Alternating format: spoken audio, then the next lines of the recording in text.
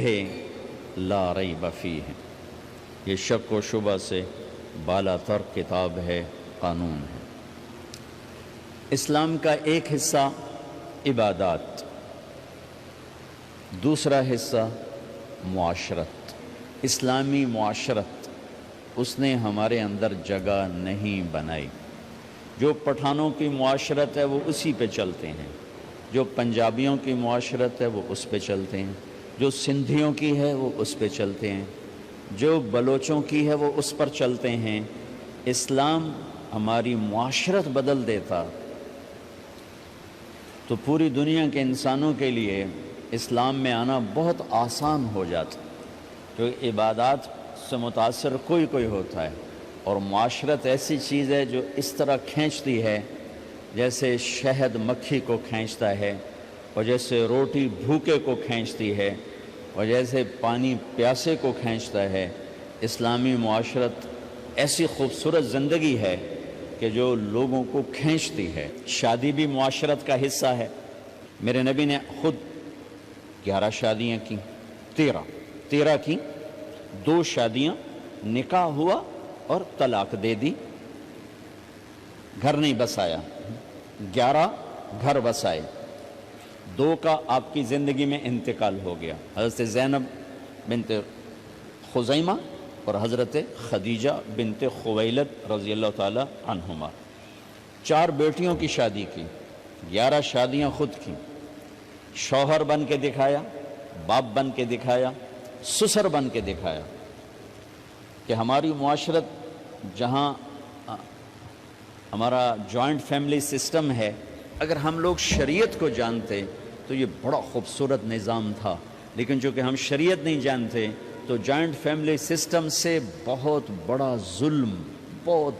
ظلم وجود میں آ رہا ہے۔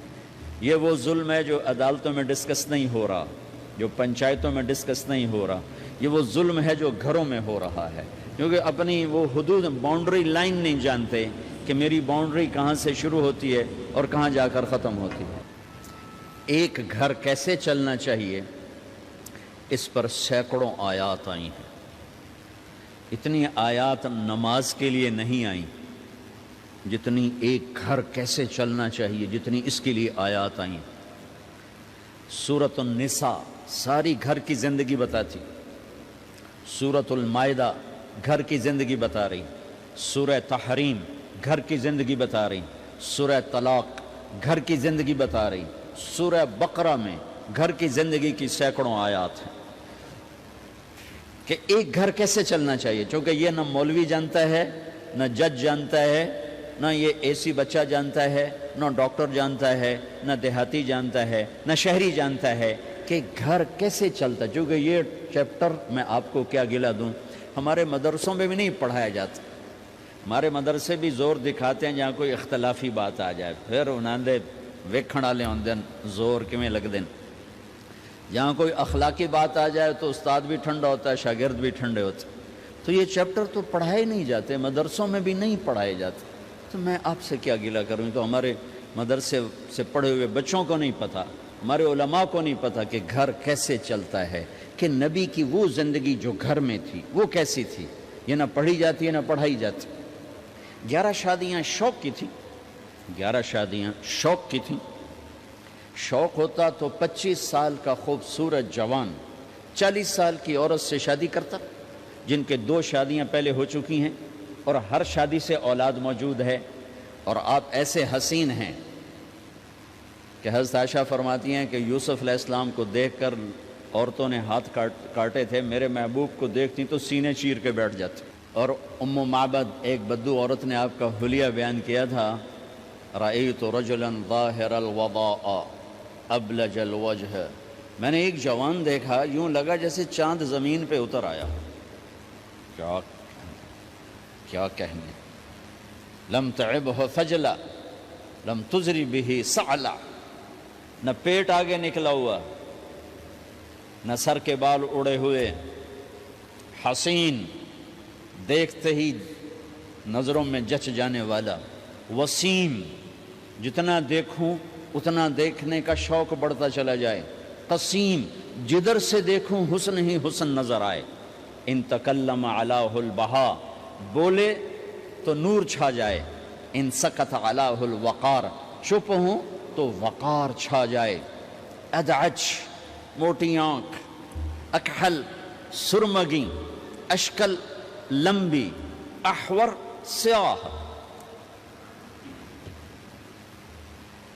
اہدب پلکیں دراز، فی عینیہ دعج، آنکھوں میں ایک کشش، فی صوتہ سحل، آواز میں جادو، فی عنقہ سطع، گردن سراہی دار، فی لحیتہ کفافہ، داڑھی بڑی خوبصورت، سہل الخدین، گال بڑے خوبصورت، نہ پچکے نہ ابھرے، ولیع الفم، ہونٹ جیسے گلاب کی پنکھڑی، براق الثنایا، دانت ایسے تھے مسکرات نور نکلتا دکھائی دیتا تھا، عظیم الہامہ، بڑا سر، شدید سواد الشعر، سیاہ کالے بال، رجل الشعر، نیم گھنگریالے بال، واسع الجبین، چوڑا ماتھا، ازج الحواجب، بھمیں گول کمان جیسی، اشم، ناک یہاں سے اٹھا، اقن العرنین، آگے سے باریک، لہو نور یعلوہ،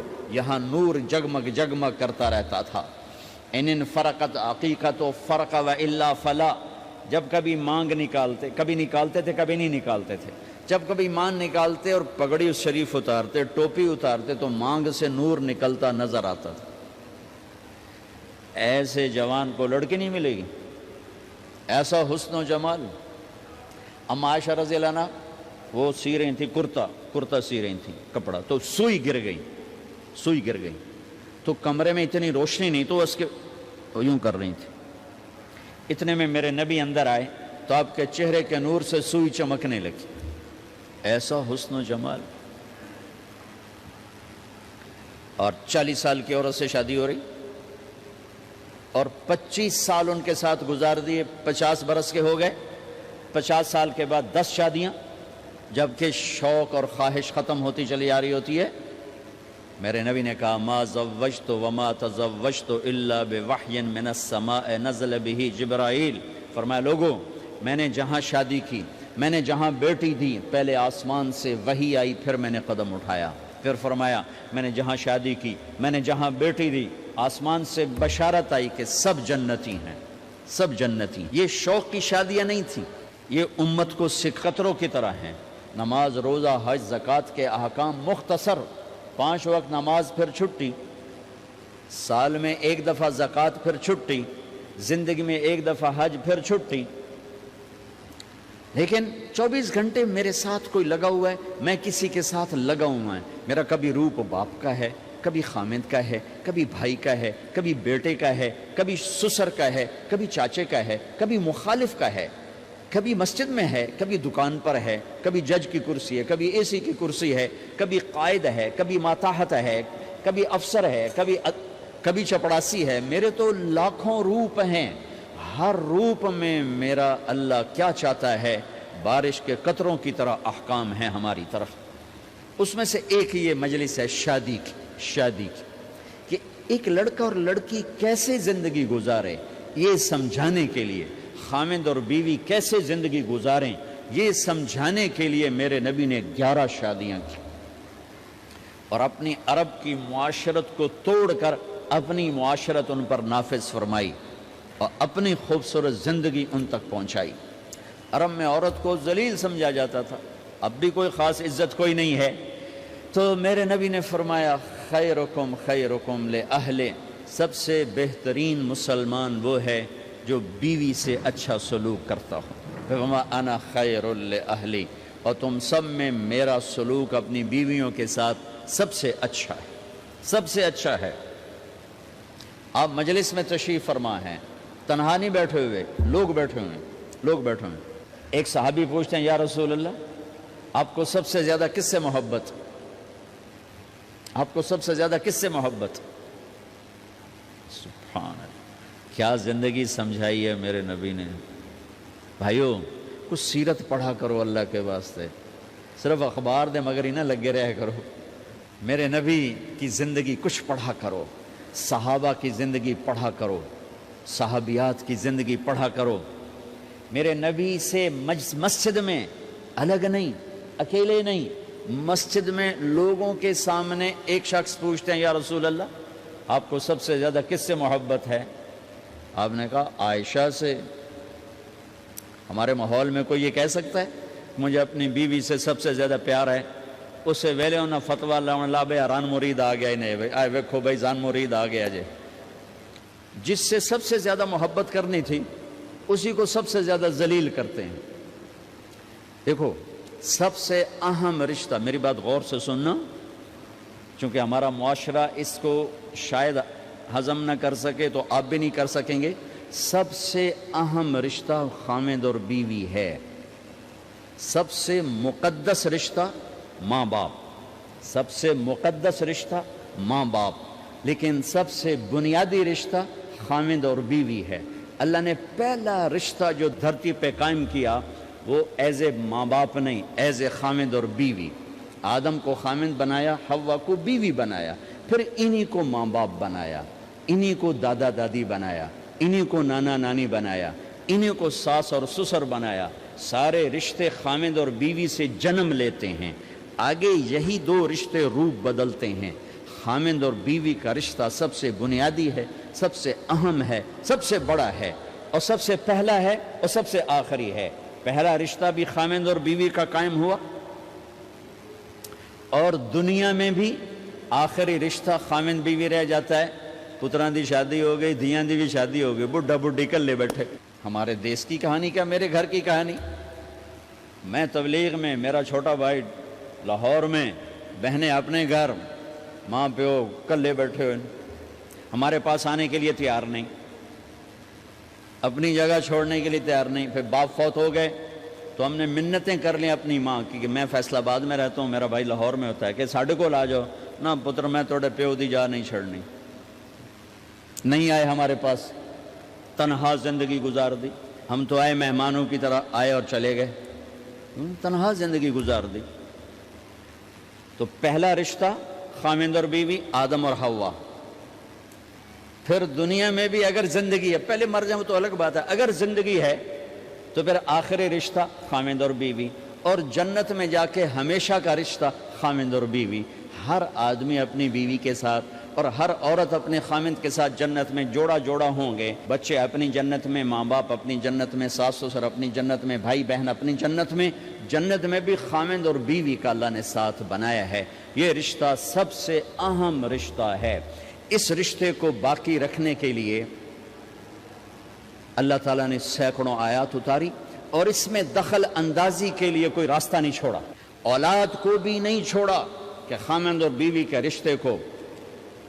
بعض بیویاں ایسی نادان ہوتی ہیں کہ اولاد کی محبت میں خامد کو ڈیگریڈ کرتی ہیں، بعض خامد ایسے نادان ہوتے ہیں اپنے ماں باپ کے احترام میں بیوی کو ذلیل کرتے ہیں، اپنے بہن بھائیوں کی سن سن کر اپنی بیوی کو مارتے پیٹتے ذلیل کرتے ہیں۔ یہ ہر گھر کی کہانی ہے۔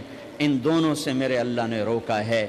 خامد اپنی بیوی کو سب سے زیادہ عزت دے، بیوی اپنے خامد کو سب سے زیادہ عزت دے۔ حقوق میں سب سے بڑا حق اب خامد اور بیوی کا ایک دوسرے کے ساتھ جوڑا گیا ہے کہ ان سے نسل چلنی ہے، ان سے نسل چلنی ہے۔ آپ حیران ہوں گے، بیوی کے ذمہ خامد کی روٹی پکانا شریعت نے نہیں لگایا، تو خامد کے ماں پیو کی روٹی کیسے ذمہ ہوگی؟ خامد کے بہن بھائیوں کی روٹی کیسے ذمہ ہوگی؟ کتنی بہنوں نے گھر اجاڑ دیے بھائیوں کے، کتنے ساس سسر نے اپنے بیٹے کے گھر اجاڑ دیے۔ یہ چاروں طرف پھیلی ہوئی کہانیاں بتا رہا ہوں، کوئی خواب نہیں سنا رہا ہوں، کوئی باہر کی زندگی نہیں بتا رہا ہوں، کہ جوائنٹ فیملی سسٹم بہت اچھا ہے اگر شریعت کا پتہ ہو، اور بہت برا ہے اگر شریعت کا پتہ نہ ہو۔ چڑا چڑی بھی اکٹھے ہوتے ہیں تو گھونسلہ الگ بناتے ہیں کہ ساس سورا کے دائیں سرتے نہ آ پاوے۔ ہمارے دوست ہیں مار ظفر حراج، میں تو ان کی بات سن کے حیران ہو گیا، مطلب کوئی دین کا پتہ کوئی نہیں، شریعت کا پتہ کوئی نہیں، بہت شریف آدمی، ہمارے قریب پڑوسی ذمہ دار ہیں۔ تو ان کے بیٹے کا نکاح پڑھانے میں گیا، جیسے ابھی عزیز کا نکاح پڑھانا، ان کے بیٹے کا نکاح تھا، تو ابھی مہمان نہیں آئے تھے تو ہم ایسے بیٹھے تھے، تو مجھ سے کہنے لگے مولانا صاحب میری بیگم میں نے آکھیا کہ گل سن آپ ہن ہنڈ گئے ہیں، ان کر میرے پوتر دا گھر وکھرا بنا، او نوے اساں کہے دی دھی لائے تے آئی ہے تو مڑ اساں ادھر تے سر تے بیٹھے ہوئی ہے، پہلے میرے پوتر دا گھر وکھرا بنا، او دی ڈولی وکھری لایا تو مڑ میں شادی کرساں پتر نہیں۔ چلو وہ تو طاقت رکھتے تھے انہوں نے الگ گھر بنایا. شریعت نے یہ عورت آنے والی لڑکی کا حق رکھا ہے کہ اگر خاوند کے پاس طاقت ہے تو اس کو الگ گھر دے. اگر وہ ڈیمانڈ کرے کہ آپ مجھے الگ گھر لے کر دیں تو یہ ماں باپ کی نافرمانی نہیں, یہ حق تلفی نہیں, اس آنے والی کا حق ہے کہ اس نے تیری نسل کو سنبھالنا ہے. اگر یہ ساس کے بھی سنیں, سسر کے بھی سنیں, نندوں کے بھی سنیں, دیور کے بھی سنیں, پھر تیری بھی سنیں, تو یہ تو پاگل ہے, یہ بچے کہاں سے پالے گی, یہ بچوں کی تربیت کب کرے گی؟ یہ تو دن کو روئے گی کہ ساسا آکھے, رات کو روئے گی سو رہے آکھے, اگلے دن آکھے گی میں نے تو تیری بہن آکھے ہے. تو اس کو تو بچے پالنے کا وقت نہیں. ہماری نسل کیوں برباد ہو گئی کہ ماؤں نے اپنی ڈیوٹی چھوڑ دی ہے. 3 سال کا بچہ سکول میں ڈال رہے ہیں, لے بلا سکول والوں کیڑی فکر ہے, انہوں نے پیسے لے کے انہوں کھڈاونا. میرے نبی نے کہا 7 سال تک تو نماز بھی نہ کہو, گلے سے لگا کے رکھو. 7 سال تک نماز بھی نہ کہو, بس اس کو قریب کرو قریب کرو قریب کرو. 10 سال میں جا کے نماز کہو. 3 سال کے بچے کو ڈالتے ہیں اسکولوں میں, اس کے لاشعور میں ماں باپ سے نفرت پیدا ہو جاتی ہے. یہ میری اب بیتی ہے. اللہ نے مجھے تبلیغ میں لگا دیا تو شریعت پڑھنے کے بعد اللہ نے میرا سر جھکا دیا, ورنہ میں تو بالکل باغی ہوتا. تو میرے نبی فرما رہے ہیں 7 سال تک نماز بھی نہ کہو, بس سینے سے لگا کے رکھو تاکہ تمہاری صفات منتقل ہوں اور تمہاری محبت ان کے اندر منتقل ہو. تو جب بیوی پر پورے گھر کا بوجھ پڑ گیا تو وہ اپنے بچوں کو کب پالے گی اور بچوں کی کب وہ تربیت کرے گی؟ وہ تو صبح سے شام تک چولہے پر تھک چکی ہے, اور اوپر سے جو تانے ہیں وہ الگ ہیں, جلی کٹی, کبھی ساس کہہ رہی, کبھی سسر کہہ رہا, کبھی بہنیں, کبھی دیور. تو وہ تو بالکل بیچاری پاگل ہو جاتی. کہیں اس کا الٹ بھی ہوتا ہے, آنے والی ایسی آتی ہے کہ پورے گھر کو تباہ کر کے ماں باپ کو بھی دھکا دلا کے اپنے خامند کو لے کے نکل جاتی. ایسا بھی ہے لیکن یہ بہت کم ہے. ابتدائی رشتہ خامند اور بیوی ہے. خامند اور بیوی یہ ابتدائی رشتہ ہے.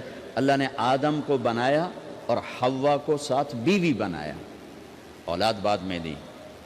اور ایک اور بات, آدم کو بنا دیا مٹی کا پتلا کٹھا کر کے, مٹی کٹھی کر کے پتلا بنا دیا. 40 سال کے بعد روح ڈالی, چل بھائی جا جنت, اور اکیلے بھیج دیا, بیوی نہیں دی. حالانکہ اللہ چاہتا تو ساتھ ہی حضرت حوا کی مٹی کا ڈھیر بھی لگا دیتا, اس کا پتلا بھی تھپ دیتا, فرشتوں سے تھپوا دیتا, اور پھر 40 سال کے بعد دونوں کو اکٹھا جنت میں ڈالتا. بہت سارے پیغام, اس میں بہت سارے پیغام. تاخیر ساتھ نہیں بنایا, دیر سے بھیجا. انتظار قدر کو بڑھانے کے لیے کہ عورت کی قدر کرنا, کمزور ذات ہے, کمزور مخلوق ہے, قدر کرنا. دوسرا, پہلے دن پتلا نہیں بنایا کہ ننگا پڑا ہو. عورت کا پتلا ننگا ہو, مٹی کا ہو, پتھر کا ہو, تو اس میں کیا کشش؟ تو ان مرد کے لیے کشش کوئی نہیں, تو فرشتوں کو کیا کشش تھی؟ پہلے دن سے عورت کو پردے میں بنایا, بے پرد نہیں کیا, بے پرد نہیں کیا, اس کا پتلا نہیں بنایا, اسے ننگا نہیں چھوڑا, اس کو پہلے دن سے کورڈ. اور کیسے بنایا؟ فرشتوں کو کی آنکھوں پہ پردہ اور آدم کو سلا دیا. آدم علیہ السلام سوئے ہوئے ہیں, فرشتوں کی آنکھوں کے سامنے پردہ ڈال دیا گیا. جب آدم اٹھے ہیں, اور ایک اور بات, جنت میں رہ کر بھی آدم علیہ السلام کا دل نہیں لگتا تھا, اداس اداس رہتے تھے. اماں آئی تو بابے دا دل لگا, تو اداس رہتے تھے جنت میں. جب آنکھ کھلی تو اپنے لیفٹ سائیڈ پہ ایک خاتون سر سے لے کر پاؤں تک لباس میں. آپ نے سنا ہے نا, یوسف علیہ السلام دنیا میں سب سے خوبصورت ہستی پیدا کیے گئے. یہ مردوں میں, عورتوں میں سب سے خوبصورت حضرت حوا کو پیدا کیا گیا. کون ہے؟ کہتے ہیں اللہ کی آدم تیری بیگم. کون ہے تیری بیگم؟ نکاح پڑھایا. پھر کہا آدم مہر ادا کرو. تو انہوں نے پوچھا کیا مہر دوں؟ تو وہاں تو سونا چاندی ڈھیر لگے پڑے تھے. اللہ تعالیٰ کہتے 10 من سونا چاہ کے دے دے. میرے اللہ نے کہا تیری نسل میں میرا آخری حبیب آنے والا ہے, اس پہ ایک دفعہ درود پڑھ دے, یہ مہر ہے. سیدھے ہاتھ میں برکت ہے. پیدا کیا الٹی طرف سے. الٹی طرف سے کیوں پیدا کیا ہے؟ کہ الٹی طرف دل ہے, اور دل کے نیچے جو پسلی ہے وہاں سے پیدا کیا. اس میں پیغام کیا دیا کہ عورت جس روپ میں ہو, پہلا روپ اس کا بیوی بنا. پھر وہ ماں بنی، پھر اس آگے بیٹی کا روپ ہے، پھر بہن کا روپ ہے، پھر خالہ ہے، پھوپھی ہے، دادی ہے، نانی ہے، ساس ہے۔ جس روپ میں بھی عورت ہے اس کو دل کے قریب جگہ دو۔ یہ دل کے نیچے سے پیدا کرنے میں یہ پیغام دیا گیا ہے، اسے ذلیل نہ کرو، اسے خوار نہ کرو، اسے بے عزت نہ کرو، اس پر شدت نہ کرو۔ تو پہلا بنیادی رشتہ خامند اور بیوی ہے، اور آخری رشتہ بھی خامند اور بیوی ہے۔ لیکن اس وقت ہمارے معاشرے میں خامند سے زیادہ اس کے ماں باپ حق جتلاتے ہیں، خامند سے زیادہ اس کی بہنیں حق جلاتی ہیں، خامند سے زیادہ اس کے رشتہ دار حق جتلاتے ہیں، اور جھوٹی سچی شکایتیں لگا کر بیوی سے متنفر کرتے ہیں، اور کہیں بیوی کو خامند سے متنفر کرتے ہیں، آپس میں لڑائی لڑا کے پھر خوش ہوتے ہیں۔ میرے نبی سے پوچھا جائے یا رسول اللہ آپ کو سب سے زیادہ کس سے پیار ہے؟ تو آپ نے کہا عائشہ سے۔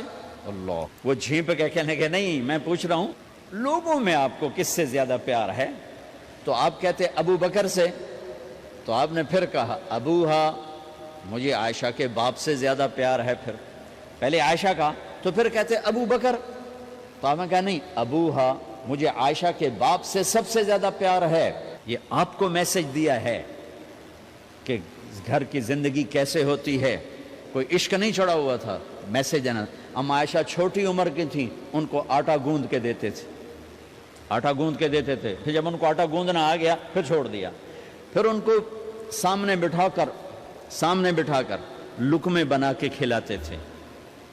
پھر ام عائشہ رضی اللہ تعالیٰ عنہ کوئی گوشت کا ٹکڑا، وہاں بڑے بڑے گوشت کے ٹکڑے پکائے جاتے تھے، تو کوئی گوشت کا ٹکڑا اٹھایا اور ایسے 2-4 جگہ سے نوچا اور پھر رکھ دیا، سارا کھایا نہیں جاتا تھا، تو اللہ کے نبی اسی کو اٹھاتے اور حضرت عائشہ کو دکھا کر، جہاں سے حضرت عائشہ نے نوچا ہوتا تھا وہاں سے یوں کاٹ کے دکھاتے تھے۔ پھر حضرت عائشہ رضی اللہ تعالیٰ نے گلاس اٹھایا پانی پینے کے لیے، جہاں ہونٹ لگائے اس پہ گلاس رکھ دیا، بڑے بڑے گلاس ہوتے تھے، تو حضرت ہمارے نبی اٹھاتے تھے، جہاں عائشہ کے ہونٹ لگے ہوتے تھے وہاں ہونٹ لگا کے پانی پیتے تھے۔ یہ آپ کو سکھانے کے لیے ہے، اپنے گھر والوں کے ساتھ بیٹھ کے کھانا کھاتے۔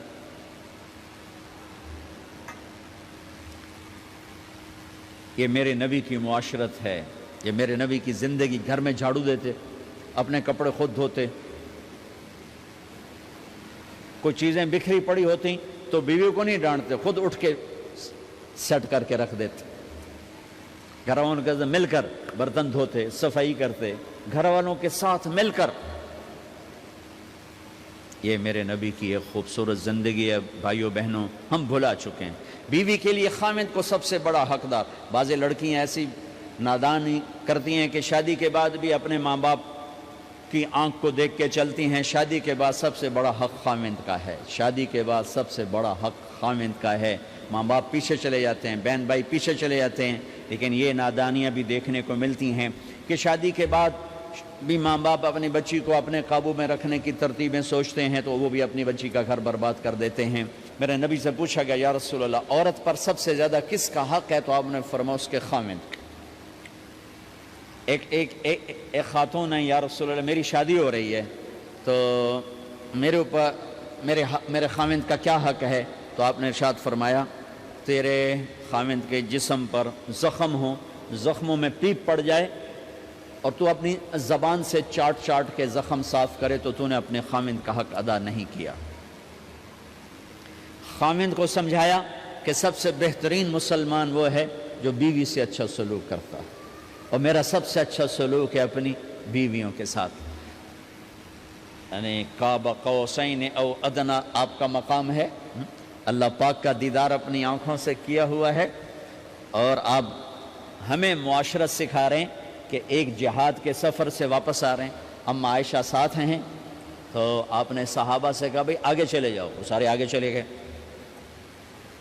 جب سارے نظروں سے غائب ہو گئے تو آپ نے کہا عائشہ دوڑ لگاؤ گی میرے ساتھ؟ عائشہ نے نہیں کہا، میرے نبی نے کہا دوڑ لگاؤ گی؟ آج کل کا کوئی علامہ بھی یہ نہیں کرے گا، عائشہ دوڑ لگاؤ گی میرے ساتھ؟ کہا جی لگاؤں گی، تو دوڑ لگائی۔ تو عائشہ فرماتی ہے میں آگے نکل گئی، اللہ کے نبی پیچھے رہ گئے، چاہے آپ جان بوجھ کے آستہ ہوئے ہوں ان کی دل جوئی کے لیے۔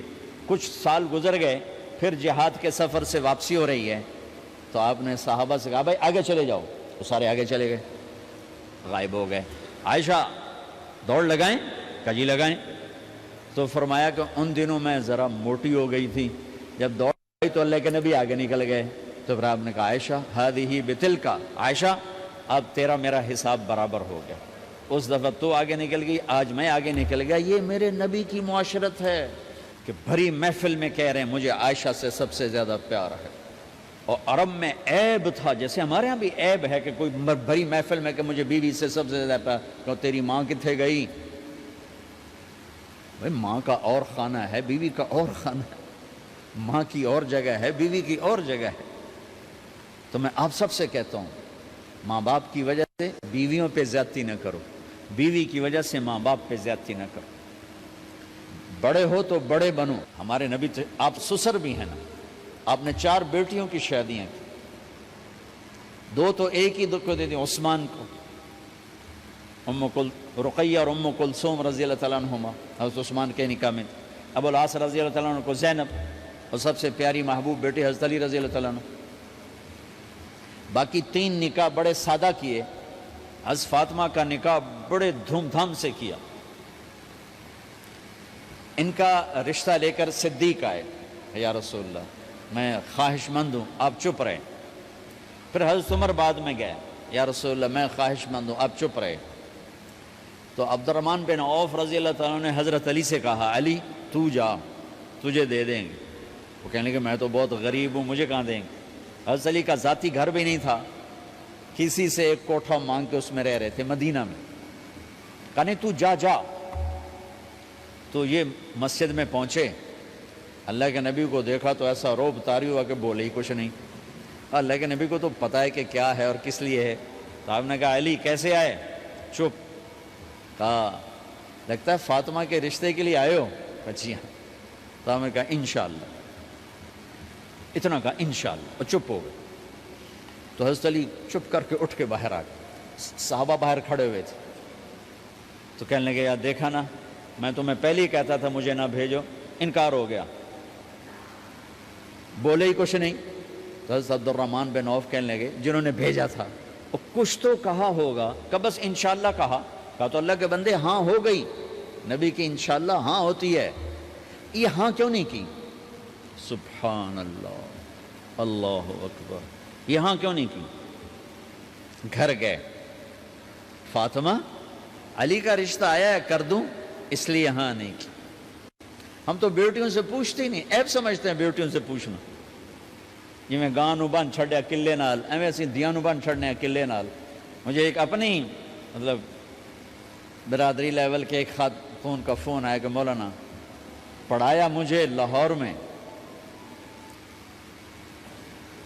اچھے کالجوں میں، اور میری منگنی کرتے وقت مجھ سے پوچھا ہی نہیں، اور ایک شرابی سے منگنی کر کے مجھے اطلاع دی سی تیری منگنی کر چھڑی ہے، فلانی تاریخ نو تیرا نکاح بھی ہونا ہے۔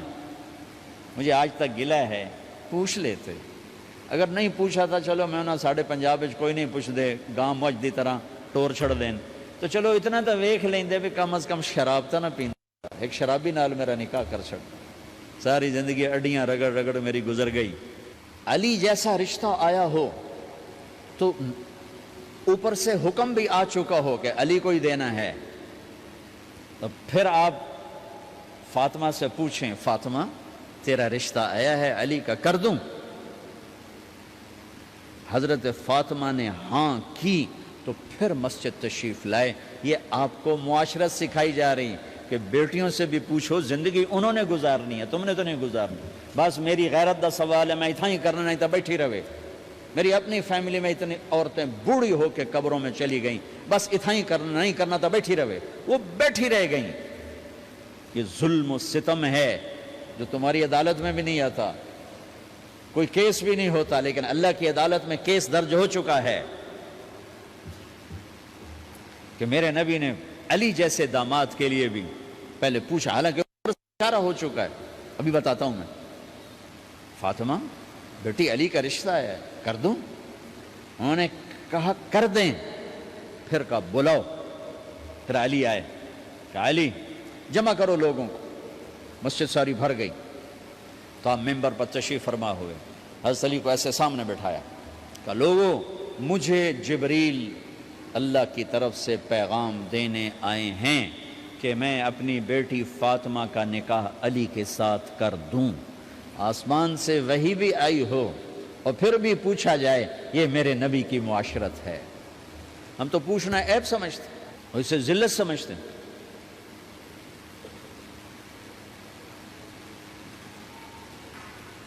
پھر آپ نے اتنا بڑا اہتمام کیا، مسجد نبوی پرانی جو آپ کے زمانے کی تھی، بہت بڑا ہال تھا، اس کا بھرا ہوا تھا، آپ نے سب کو شہد کا شربت پلایا، خود نکاح پڑھایا، نکاح کا خطبہ پڑھ کیا، پھر کہا علی میں نے فاطمہ بنت محمد کو 400 درم مہر کے عوض تمہارے نکاح میں دیا، تو نے قبول کیا؟ انہوں نے کہا جی میں نے قبول کیا، اور سجدے میں چلے گئے اور زور سے دعا مانگی، رب اوزعنی ان اشکر نعمتک التی انعمت علی وعلی والدی وان اعمل صالحا ترضاہ واصلح لی فی ذریتی انی تبت الیک واننی من المسلمین۔ میرے نبی نے کہا آمین، زور سے کہا آمین۔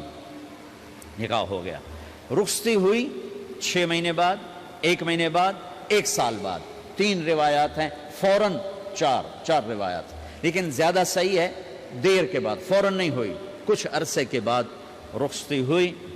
حضرت عقیل آپ کے بھائی وہ کہنے لگے علی اب رخصتی ہو جانی چاہیے، تو یہ دونوں مل کر آئے سلمان فارسی کے پاس کہ سلمان بھائی ہماری رخصتی کروا دو۔ سلمان فارسی کا بڑا احترام تھا، انہوں نے جا کر بات کی ام سلمہ رضی اللہ تعالیٰ عنہ سے۔ ام سلمہ نے بات کی اللہ کے نبی سے، کہا ہاں آ جائے، لے جائے۔ تو علی رضی اللہ تعالیٰ عنہ اپنی اونٹنی لے کر آئے، تو حضرت علی کا گھر وہ کرائے پر گھر تھا ایک کونے پر، تو وہاں اسماء بنت امیس اور ام ایمن گئیں اور اس کے فرش کو لیول کیا، فرش میں سرخ مٹی ڈال کے اس کو لیول کیا اور دیواروں کی پوچا پاچی کی اور وہاں کھوٹیاں لگائیں کپڑے ٹانگنے کے لیے۔ آپ نے حضرت عائشہ اور حضرت ام حبیبہ، حضرت ام سلمہ سے فرمایا تمہیں پتہ ہے نا مجھے فاطمہ سے کتنا پیار ہے، اسے دلہن بناؤ۔ دلہن بنانا بھی سنت ہے، دلہن بناؤ، اسے دلہن بناؤ، تو آپ کو دلہن بنایا گیا۔ پھر علی رضی اللہ تعالیٰ عنہ تشریف لائے سلمان فارسی اور عقیل کے ساتھ، اونٹنی کو دروازے پر بٹھایا، تو آپ نے علی کا ہاتھ پکڑا، اندر تشریف لے گئے اور فاطمہ کا ہاتھ پکڑ کے علی کے ہاتھ میں دیا اور کہا بیٹی مجھے اپنے خاندان میں جو سب سے زیادہ محبوب تھا میں نے تیرا ہاتھ اس کے ہاتھ میں دیا ہے۔ پھر کہا علی تجھے نبی کی بیٹی مبارک، نبی کی بیٹی مبارک۔ پھر آپ نے سے پیالے میں پانی منگوایا اور اس میں آخری 2 سورتیں پڑھ کے دم بھی کیا، تھوک بھی ڈالا، پھر اس میں سے انگلیاں ڈال کے ان کے سینے پر چھڑکا کہ دونوں پی لو، دونوں کو پلایا۔ پھر باہر تک چھوڑنے آئے، حضرت علی نے آپ کو اونٹنی پہ بٹھایا، آپ نے 2 عورتوں کو ساتھ بھیجا، ام ایمن اور اسماء بنت امیس۔ یہ چھوٹی سی بارات جا کر علی کے گھر اتری اور آپ نے حضرت علی سے فرمایا کہ میں عشاء پڑھ کے آؤں گا، میرا انتظار کرنا ہے۔ تو عشاء کی نماز کے بعد آپ تشریف لے گئے، آپ نے دوبارہ پیالے میں پانی منگوایا اور اس پر آخری 2 سورتیں پڑھ کے دم کیا، پھر ان کے سینے پر چھڑکا، یہاں بازوؤں پر چھڑکا اور کمر پر چھڑکا اور دعا دی اللہم اسد جدہما وجمع شملہما وبارک علیہما واخرج منہما ذریۃ صالحہ۔ یہ دعا دی آپ نے اس وقت کہ میرے مالک ان کے جمع ہونے میں برکت عطا فرما اور ان کو سعادتیں عطا فرما اور ان کو نیک اولاد عطا فرما۔ یوں میرے نبی نے اپنی بیٹی کو رخصت فرمایا۔ اگلے دن آپ نے حضرت علی کو بلا کے فرمایا علی ولیمہ بھی کرنا ہے۔ کہنے لگے یا رسول اللہ میرے پاس تو کچھ نہیں۔ تو آپ نے کہا، تو سعد بن ابی وقاص کہنے لگے یا رسول اللہ میرے پاس ایک چھترا کھڑا ہے، چھترا لاؤ۔ ذبح کیا گیا، آپ نے اس میں چھوارے ڈلوائے، قورمہ بنوایا، قورمہ، اور اپنی طرف سے حضرت علی کو پیسے دیے کہ جاؤ چھوارے، گھی، شہد خرید کے لاؤ۔ تو علی رضی اللہ تعالیٰ نے 5 درم کے چھوارے خریدے اور 3 درم کا شہد خریدا اور 1 درم کا گھی خریدا، 9 درم تھے ٹوٹل۔ تو آپ نے کافی سارا آ گیا تو چھواروں کی گٹھلیاں نکلوا کے ان کو پسوایا، پھر شہد اور گھی میں ملایا اور ایک سویٹ ڈش تیار کی اور اس کو حضرت علی کے ولیمے میں آپ نے اپنی طرف سے پیش کیا. تو اس دن تازہ روٹی جو کی پکائی گئی اور دیگ پر میرے نبی خود بیٹھے کھانا کھلانے, تقسیم کرنے خود بیٹھے. اب ایک چھترا ہے, 14 کلو گوشت ہے, 15 کلو, تو 50 آدمی کھا لیں گے. آپ نے کہا سارے مدینے کو دعوت ہے, سارے مدینے والے جتنے بھی آئے, اور میرے نبی خود دیگ سے نکال کے کھلاتے رہے. سارا مدینہ ولیمہ فاطمہ کا کھا گیا. سادگی بھی جائز ہے, سادگی بھی سنت ہے, تکلف بھی سنت ہے. ہاں جو ہماری خرافات ہیں, فضولیات ہیں, یہ تباہ کن ہیں, ان سے بچنا بڑا ضروری ہے. اور بھائیو, کسی کی شادی ہو, اس بچے کی ہو رہی ہے, یہ افسر ہے, ایک ریڑھی والے کی ہو, کسی بھی گھر کی آبادی کا ایک ہی سبب ہے, وہ میٹھا بول ہے, وہ اچھا سلوک ہے. جس کی بیٹی کو لے جا رہے ہو اسے عزت دینا, اور یہ جو جا رہی ہے یہ ان کو اپنا ماں باپ سمجھے, اپنے خامند کے ماں باپ کو اپنے ماں باپ سمجھے. جاتے ہی لکیریں لگانا نہ شروع کر دے, میں انہوں وکھرا کرتے انہوں ایدے کرتے انہوں ایدے کر. وہ اپنے گھر کا ایک فرد بن کے زندگی گزارے. جو لے کے جا رہے ہیں ان کے ذمہ ہے کہ اس کو بیٹی بنا کے لے جائیں. سسرال جو ہوتے ہیں وہ ہمیشہ عیب دیکھتے ہیں, خوبیوں انہیں نظر ہی نہیں آتی. تو کھٹ بٹ تو ہوتی رہتی ہے, کوئی ایسی بڑی بات نہیں. کھٹ بٹ کو صلح میں بدلو, مزید لڑائی جھگڑا نہ بڑھاؤ. میرے نبی حضرت فاطمہ کے گھر آئے, دیکھا تو آپ اداس بیٹھی. آپ نے کہا فاطمہ بیٹی کیا ہوا؟ کہ میرا اور علی کا جھگڑا ہو گیا. اچھا. خود گئے, بیٹی کے باپ ہو کر دیکھا تو حضرت علی مسجد میں سوئے ہوئے تھے. آپ نے ان کو اٹھایا, کہا یا ابا تراب قم, آپ کو یہ ٹائٹل یہاں ملا, اے ابو تراب. فرمایا کرتے تھے کل کائنات ملتی تو اتنی خوشی نہ ہوتی جتنا اس ٹائٹل کی خوشی ہے. ابو تراب کہنے کا کیا مطلب تھا؟ کہ اظہار محبت کے لیے ایسے ٹائٹل دیے جاتے تھے. تو ابو تراب کہہ کر یہ میسج دیا کہ میاں بیوی کی لڑائی ہوتی رہتی ہے, میں تجھ سے ویسے ہی محبت کرتا ہوں جیسے پہلے کرتا تھا. یہ میسج دیا اس نے. اب حضرت علی کو لائے اٹھا کر اور گھر میں تشریف لائے. نہ علی کی سنی نہ فاطمہ کی سنی. ہاں بھائی علی کی مسئلہ ہے, ہمیں فاطمہ کیا مسئلہ ہے؟ یہ مسئلے سن کے بھی زیادہ لڑائی ہو جاتی. صلح کراون والے بھی آپ ہو 2-4 لتر مار کے آ جاندے. تو میرے نبی نے کیا کیا؟ سبحان اللہ, زمین پر لیٹ گئے. ادھر علی کو لٹایا, ادھر فاطمہ کو لٹایا. علی کا ہاتھ اپنی ناف پہ رکھا, فاطمہ کا ہاتھ ان کے ہاتھ پہ رکھا, اور بیٹی کے ہاتھ پر اپنا ہاتھ رکھا. پھر فرمایا کہو ہماری صلح ہو گئی. علی کہو, فاطمہ کہو. دونوں نے کہا ہماری صلح ہو گئی. آپ اٹھے, خوش خوش باہر آئے, چہرہ ایسے گلاب کے پھول کی طرح. صحابہ نے عرض کی یا رسول اللہ آج آپ بڑے خوش نظر آ رہے ہیں. فرمایا علی و فاطمہ کی صلح کرا کے آ رہا ہو. تو کھٹ بٹ ہو جانا تو کوئی بڑی بات نہیں ہے, مطلب یہ وہ گھر ہے, میں اس گھر کی کیا تعریف کر سکتا ہوں. تو میں آگے کا ایک قول سنا دیتا ہوں ابن عباس کا, کہ جنت میں نور کی چمک اٹھے گی. سارے جنت ہی کہیں گے یہ نور کیسا نور ہے بھائی جو ساری جنت کے نور پر چھا گیا. تو فرشتے بتائیں گے کہ او جنت الفردوس میں علی و فاطمہ بیٹھے ہیں, کسی بات پہ ہنسے ہیں, ان کے دانتوں سے جو نور نکلا ہے اس نے جنت کو روشن کر دیا. لیکن کھٹ پٹ یہاں بھی ہو گئی. ان سے بڑا گھر میرے نبی کا ہے, وہاں بھی کھٹ پٹ. ایک دفعہ آپ نے حضرت عائشہ سے کہا مجھے پتہ لگ جاتا ہے جب تو مجھ پہ ناراض ہوتی ہے, مجھے پتہ چل جاتا ہے. انہوں نے عرض کی یا رسول اللہ آپ کو کیسے پتہ چلتا ہے؟ کہ جب تو مجھ پہ ناراض ہوتی ہے نا تو قسم اٹھاتے ہوئے کہتی ہے ابراہیم کے رب کی قسم, اور جب مجھ پہ راضی ہوتی ہے تو پھر تو قسم اٹھاتے ہوئے کہتی ہے محمد کے رب کی قسم. ایسے مجھے پتہ چل جاتا ہے جب تو کہتے ہیں نا ابراہیم کے رب کی قسم, تو مجھے پتہ چل جاتا ہے کوئی کھٹ بٹ ہو گئی ہے. تو نبی کے گھر میں بھی ہو جاتی ہے. یہ مسئلہ تو ختم ہوگا. جنت میں ہمارے ذمہ ہے کہ ان چیزوں کو کم کریں. یہ ایک میرے نبی کی معاشرت ہے میرے بھائیو, اسے سیکھو, اسے سمجھو, اسے پڑھو. تو بھائیو میرا نبی ایک زندگی دے کر گیا ہے.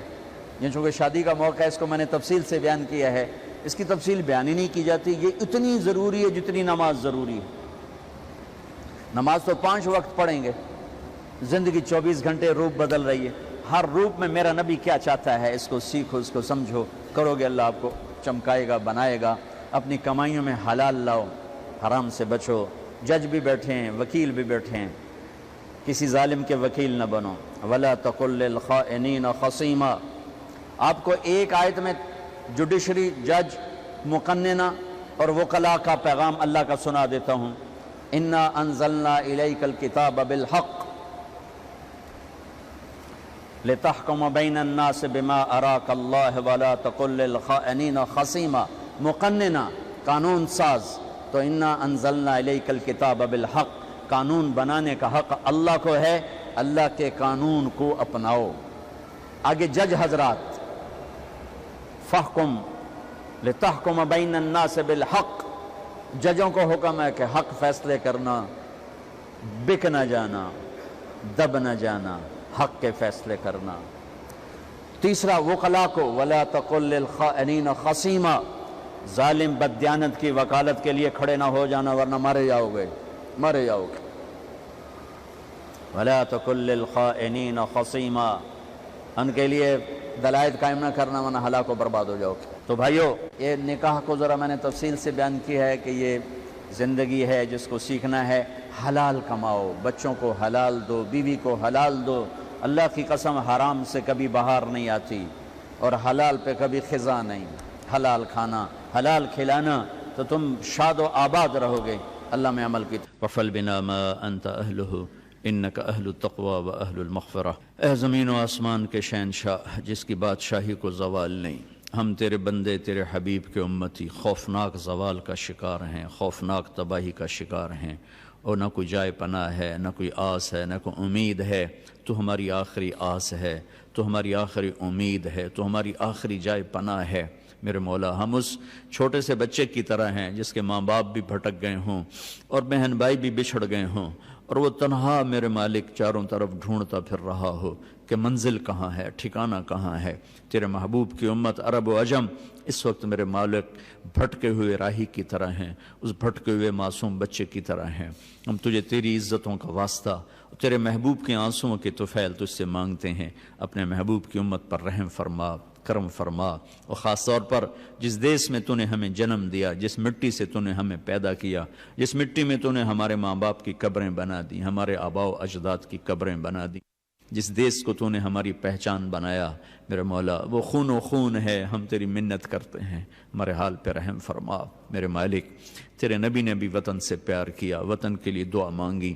جب ان کو قوم نے نکالا تھا تو انہوں نے غار ثور سے نکل کر ثور پہاڑ پر کھڑے ہو کر مکے کو دیکھا تھا اور چلتے ہوئے الوداعی نظر ڈالی تھی اور کہا تھا، اے مکہ تو مجھے بہت پیارا ہے، میری قوم نہ نکالتی، میں تمہیں چھوڑ کے کبھی نہ جاتا. حالانکہ یا اللہ وہ تو قاب قوسین او ادنی کے مقام پر تھے. انہوں نے تو تیرا دیدار کیا تھا اپنے سر کی آنکھوں سے، انہوں نے جنت کو دیکھا تھا، انہوں نے عرشوں کو دیکھا تھا. لیکن پھر بھی میرے مالک اپنے وطن کی محبت لے کر وہ مکہ سے نکلے تھے، اور جب مدینہ پہنچے تھے تو یا اللہ مدینہ کو بھی انہوں نے اپنا وطن بنایا تو اس کے لیے دعا کی تھی کہ یا اللہ مدینہ کی برکتوں کو مکے سے دگنا کر دے. اے میرے مالک، اے میرے مولا، یہ وہ دیس جو ہماری پہچان ہے، جہاں ہم پیدا ہوئے ہیں، ہمارے بزرگوں کی قبریں ہیں. یہ خون و خون ہے میرے مولا، اور ہمیں غیروں سے گلہ نہیں ہے. اپنوں کے ہاتھوں میں دوری دھار کے خنجر ہیں اور اسے تباہ کرنے پر آئے ہوئے ہیں. اے رب کریم، ہم تو عاجز ہیں، تو تو عاجز نہیں ہے میرے مولا. ہم بے بس ہیں، تو تو بے بس نہیں ہے میرے مولا. تجھے تیرے محبوب کی محبت کا واسطہ یا اللہ ہمارے دیس پہ کرم فرما دے، کرم فرما دے. چاروں صوبے تباہ ہو گئے میرے مولا. ہمیں اپنوں سے گلہ ہے، ہمیں غیروں سے گلہ نہیں، کسی کی سازش نہیں، ہماری اپنی نادانیاں ہیں. اتنی پاکیزہ سرزمین، اتنا اعلیٰ ملک میرے مولا آج بھوک، افلاس، ننگ، فقر کا شکار ہے. اے کریم آقا، تو بے بس نہیں ہے، تیرے تو خزانے بھرے ہوئے، تیری قدرت کی حد نہیں، تیری شہنشاہی کی حد نہیں. میرے مالک، کسی کے آنسوؤں کے تو فیل آخر یہاں تیرے نیک بندے بھی ہیں، تیری نیک بندیاں بھی ہیں، راتوں کو رونے والے بھی ہیں، تجھے منانے والے بھی ہیں، ہمارے جیسے گناہگار خطا کار بھی ہیں. اے میرے مولا، کسی کے رونے، کسی کی ہائے کو، کسی کے رونے کو، کسی کے آنسو کو پسند فرما کر پورے دیس پر آئی ہوئی اس کالی رات کو ختم فرما دے. اے میرے مالک، اے میرے مالک، تیری آس ضرور ہے، نہ تجھ سے آس ٹوٹ سکتی ہے، نہ توڑیں گے. تو ہماری آخری آس ہے، ہماری آخری جائے پناہ ہے. ہمارے دیس پر کرم فرما دے، رحم فرما دے، کرم فرما دے، رحم فرما دے۔ اے مالک الملک، تیری طاقت کو زوال نہیں، ہم زوال دیکھ رہے ہیں، تیری قوت کو زوال نہیں، ہم زوال دیکھ رہے ہیں۔ تیری طاقت بے انتہا ہے، ہم اپنے آپ کو پراگندہ دیکھ رہے ہیں، منتشر دیکھ رہے ہیں۔ یا اللہ، ماؤں کی فریادیں ہیں، باپ کی فریادیں ہیں، معصوم بچیوں کی فریادیں ہیں، ظالم کا غرانہ ہے۔ اے میرے مالک، تو ہر زمانے کے فرعونوں کو پکڑتا آیا، اب ہمارے فرعونوں کو بھی پکڑ لے یا اللہ۔ ان کو تو نے بہت مہلت دے دی، توبہ کرنے کا وقت بھی دیا، نہ انہوں نے توبہ کی، نہ انہوں نے تیری مہلت سے فائدہ اٹھایا، بلکہ اپنے تکبر میں اور بڑھ گئے، اپنے ظلم میں اور بڑھ گئے۔ اے کریم مالک، اب تو دکھا دینا کہ شہنشاہی تیری ہے، تو دکھا دینا کہ بادشاہی تیری ہے، تو دکھا دینا کہ فیصلے تیرے چلتے ہیں، تو دکھا دینا میرے مولا کہ حکومت تیری ہے، طاقت تیرے ہاتھ میں۔ ان القوت للہ کا ہمیں منظر دکھا دے، ان العزت للہ کا ہمیں منظر دکھا دے، للہ الامر من قبل من بعد کا ہمیں منظر دکھا دے۔ اور جو تیری دھرتی کو ظلم و ستم سے بھر رہے ہیں اور ہمارا مذاق اڑاتے ہیں کہ بلاؤ اپنے خدا کو، اے میرے رب ہم تجھے بلاتے پھر رہے ہیں، آجا، تو آجا میرے مالک، تو آجا۔ ہمارے سب بے بس ہو چکے ہیں، تو طاقتور ہے، با اختیار ہے، با اقتدار ہے۔ اے کریم شہنشاہ، ہم بے بس ہیں، تو بے بس نہیں ہے۔ تیرے نبی کی بات کا واسطہ دیتا ہوں، انہوں نے ایک بڑھیا کی ہمیں کہانی سنائی تھی، بنی اسرائیل کی بڑھیا کا جھونپڑا تھا بادشاہ کے محل کے سامنے۔ بڑھیا گھر پر نہیں تھی، بادشاہ نے جھونپڑا گرا دیا، اس کو پسند نہیں آیا محل کے سامنے۔ بڑھیا واپس آئی تو جھونپڑا گرا ہوا تھا، اس نے پوچھا میرا گھر کس نے گرایا؟ لوگوں نے کہا بادشاہ نے گرایا۔ تو اس نے ہاتھ اٹھا کر تجھے کہا تھا میرے رب میں موجود نہیں تھی، تو موجود تھا، تو تیری غیرت کو جوش آیا، تو نے بادشاہ کو محل سمیت زمین میں دھنسا دیا تھا۔ اسی بڑھیا کی فریاد کا واسطہ میرے مالک، ہم بے بس ہیں، تو بے بس نہیں ہے، ہم لاچار ہیں، تو لاچار نہیں ہے۔ یا اللہ، یا اللہ، تو ان ظالموں کو بھی ہدایت دے دے، اگر نہیں ہے مقدر میں تو اب ان کی گردنوں پہ ہاتھ ڈال دے یا اللہ۔ ان مظلوموں کی آنکھوں کے طفیل، ان عزتوں کے طفیل جو تار تار ہو گئیں، اس عزت کی چادر کی طفیل جو ٹکڑے ٹکڑے ہو گئی۔ اے میرے مالک، ان بے بسوں کی طفیل جن کے آنسو آنکھوں میں ابلتے ہیں اور آنکھوں میں خشک ہو جاتے ہیں، کوئی پوچھنے والا کوئی نہیں۔ ان معصوم بچوں کی طفیل جو ماں کی